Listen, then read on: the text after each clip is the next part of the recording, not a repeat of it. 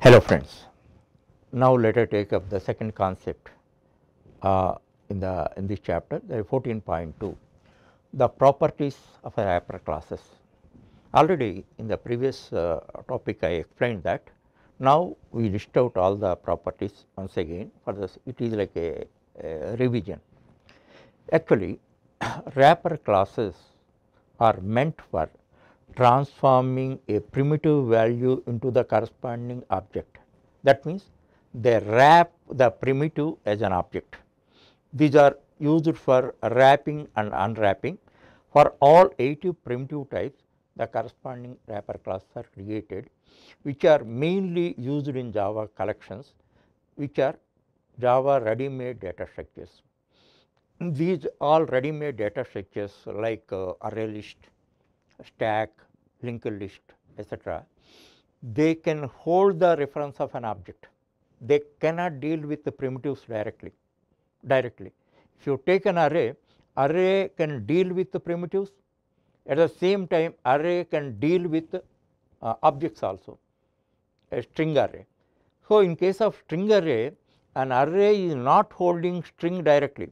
It is holding the string's reference as its element. So the collections, the ready-made data structures in Java collections are like that only. They can hold the reference of an object. Even the primitives also, for the sake of compatibility with the collections, they are converted into corresponding object. For this purpose, mainly wrapper classes are created. That point you have to understand. And thereafter, every wrapper class contains one single field to hold one value, and that point you have to understand. And these objects, whatever wrapper class objects, are made immutable. Immutable means whatever type is there, that whatever value is there, we have to use that. We cannot change. It is not allowed to. Not allowed to change the value and all. For that purpose, it is declared as final. And you must remember that all wrapper class objects are immutable objects. Okay. And thereafter, each class has a constructor. The constructor takes the primitive value and wraps it as an object. It initializes and wraps it as an object, and every wrapper class as a constructor takes a string. Actually, while it is taking whatever may be the type of it, it takes as a string. Already this process we have seen in command line arguments. In command line arguments, for example, you see that pens, 3 arguments we have given like that: pens, 10, 9 rupees 50 paise, like that we have given. Now 3 different types. One is string, second one is integer constant, third one is floating point constant. Now when you enter the 3 arguments at command line, what is happening? Pens originally string, that is that need not be converted.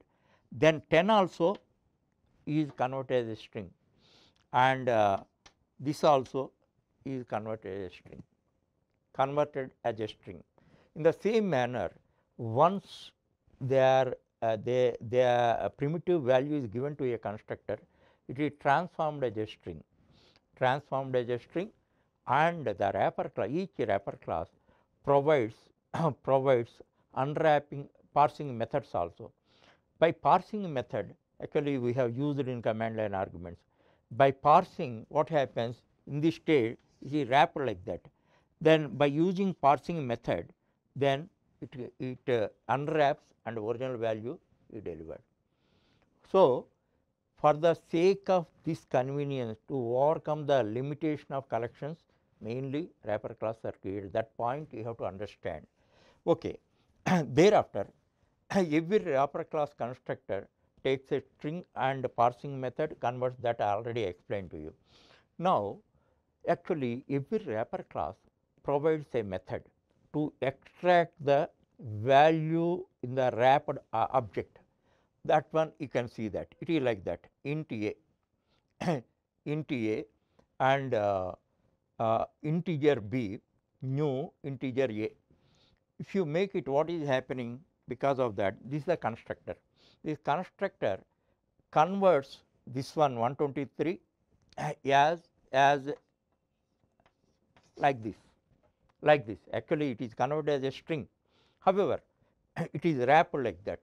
Now, in order to extract the value from the object, the integer wrapper class provides a method that is instance method. It is like that, b dot int value, b dot int value.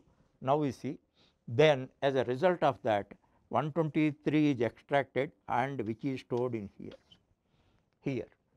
And this int value, for the sake of simplicity and understanding and remembering all the methods easily, for every class the name of the method is like this.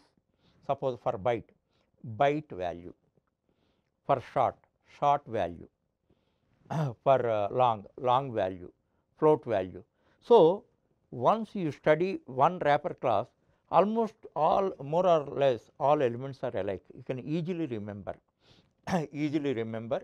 But in this context, one very important point I have to tell you, or otherwise you may not understand it. Now you see, in this case, in order to convert a primitive integer value, what we did, we have written this one, we have created integer class and converted into like this. As far as byte and short are concerned, one special point you have to notice, otherwise you may commit a mistake. Now here same code I have written, byte a, new byte 123. Actually here 123 directly I have written. Here I typecasted it. For short also I typecast it. Remaining types you need not do the typecasting. For byte and short you have to make typecasting. Why you have to do? You must remember. Actually, the default value of integer constant is int. That means, just if you write 123 in a Java program, in how many bytes it is stored, you may get it out. Just 123, one integer constant you have written. By default, it is treated as int type. It is treated as int type, means it is stored in 4 bytes. It is stored in 4 bytes. In case of byte, you take byte type. How many? 1 byte. In case of short, it is 2 bytes. So, here 123 you are writing. By default, its size is 4. Its size is 4. Then how system can know? It should be stored in 1 byte. It should be stored in 2 bytes.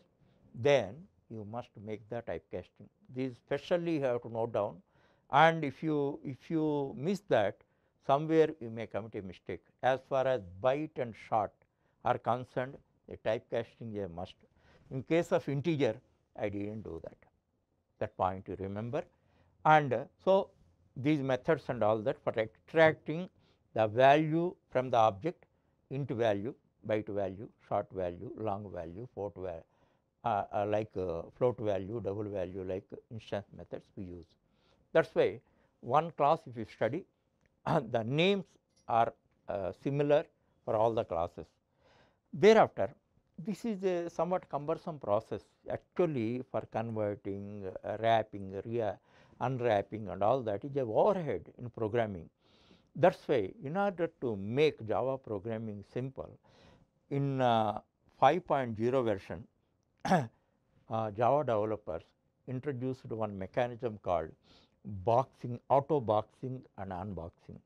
In this context, you have to understand boxing means wrapping, unboxing means unwrapping. Okay, this you need not do anything. If you want to use them as a class, you can use them. Where wrapping is required, automatically wrapping is done. Where unwrapping is required, depending on the context, system can understand, it unwraps it. That means automatically boxing is done, automatic wrapping is done, automatic unwrapping, auto unboxing is done. With this simple example, you can understand that. Now you see int a 5, this is a primitive variable I have declared. Now integer b 10, 10 actually this is not a primitive type, this is integer class, wrapper class. So, 10 I have given, it is wrapped like that automatically, you need not do anything, wrapping purpose you are not, internally it is done. Thereafter, here what you are doing, into C is equal to A into B, this is a primitive, direct primitive, this is a wrapped one. How can you perform the operation? A wrapped chocolate you cannot consume, like that you cannot perform operation on B until unless unwrapped, but that is done automatically depending on the context. B is unwrapped and then its value is 10, A's value is 5, then C's value is 50. And because of this unwrapping, the original wrapped value is not that is not done. Actually, where context demands, then unwrapping is done. Where context demands, wrapping is done.